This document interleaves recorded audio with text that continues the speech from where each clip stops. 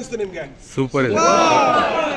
So ಇದರ ಮೊದಲ credit actually Arjun Janya ಅವರಿಗೆ ಹೋಗ್ಬೇಕು ದಯವಿಟ್ಟು. ಸೊ ಫಸ್ಟ್ ಟೈಮ್ ಡೈರೆಕ್ಟ್ ಮಾಡಿದ್ರು ಅಂತ ಅನ್ಸ್ತಾ ನಿಮ್ಗೆ? ಇಲ್ಲ ಇಲ್ಲ. So thank you so much. Shivanna ಅವ್ರು ಹೇಗೆ ಅನ್ಸಿದ್ರು? Uppi sir super. Shivanna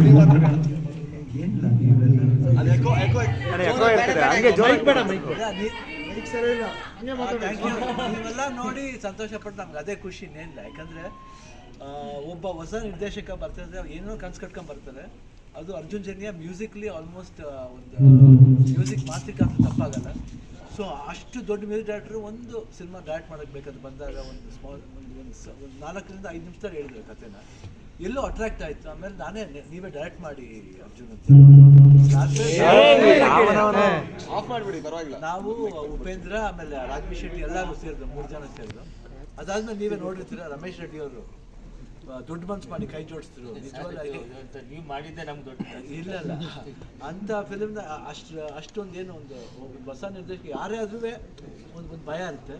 but ನನಗೆ ನಂಬಿಕೆ ಇತ್ತು Arjun Janya will become one of the best director ಅಂತ ನಮಗೆ ಅನಿಸ್ತಿತ್ತು. ಇಷ್ಟ ಆಗಿದೆ ಅಂತ ಭಾವಿಸ್ತೀನಿ. ಎಂಜಾಯ್ ಮಾಡಿ ನಿಜವಾಗ್ಲೂ I am very happy, blessed. ಯಾಕೆ ಇದು ನನ್ನ ಸಿನಿಮಾ ನನಗೆ ತುಂಬ ಇಷ್ಟವಾದ ಪಾತ್ರ. ಎಲ್ಲ ಪಾತ್ರನೂ ಇಷ್ಟ ಆಯಿತು. ರಾಘವಿ ಶೆಟ್ಟಿ ಆಗಲಿ ಉಪೇಂದ್ರ ಆಗಲಿ ನಾವು ಇಲ್ಲಿ ಮಾಡ್ಬೇಕಾದ್ರೆ ನಮ್ಗೆ ಯಾರು ಏನು ಮಾಡ್ತೀವಿ, ಯಾರು ಏನು ಮಾಡ್ತಾರೆ ಅಂತ ಒಂದು ಸತಿನೂ ಪ್ರೇಮ್ ನೋಡಿಲ್ಲ ನಾವು. ಬರೀ ಡಬ್ಬಿಂಗ್ ಮಾಡಿದ್ದು ಅಷ್ಟೇ ನೋಡೋದು. ಯಾರೇ ಮಾಡಿದ್ರು ನಾವೆಲ್ಲರೂ ಸೇರಿ ಆ ಕ್ರೆಡಿಟ್ ತಗೋಕ್ಕೆ ಇಷ್ಟಪಡ್ತೀವಿ. ನಿಮ್ಮೆಲ್ರಿಗೂ ಇಷ್ಟ ಆಗಿದೆ, ಮನಸ್ಸು ಟಚ್ ಆಗಿದ್ರೆ ನಿಜ we are blessed. Shivaraj Kumar sir ಮಾತಾಡೋದು. ಉಪ್ಪಿ ಸರ್ ದಯವಿಟ್ಟು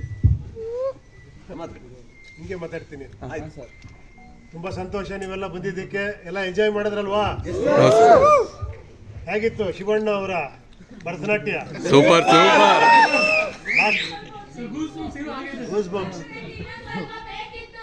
ಇನ್ನೂ ಬೇಕಿತ್ತಾ? ಜ್ಞಾಪಕ ಇಟ್ಕೊಳ್ಳಿ, ಇನ್ನೂ ಸ್ವಲ್ಪ ನೆಕ್ಸ್ಟ್.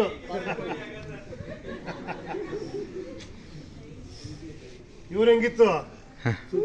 ನಿಜವಾದ ನ್ಯಾಚುರಲ್ ಸ್ಟಾರ್ದು. Oh thank you thank you.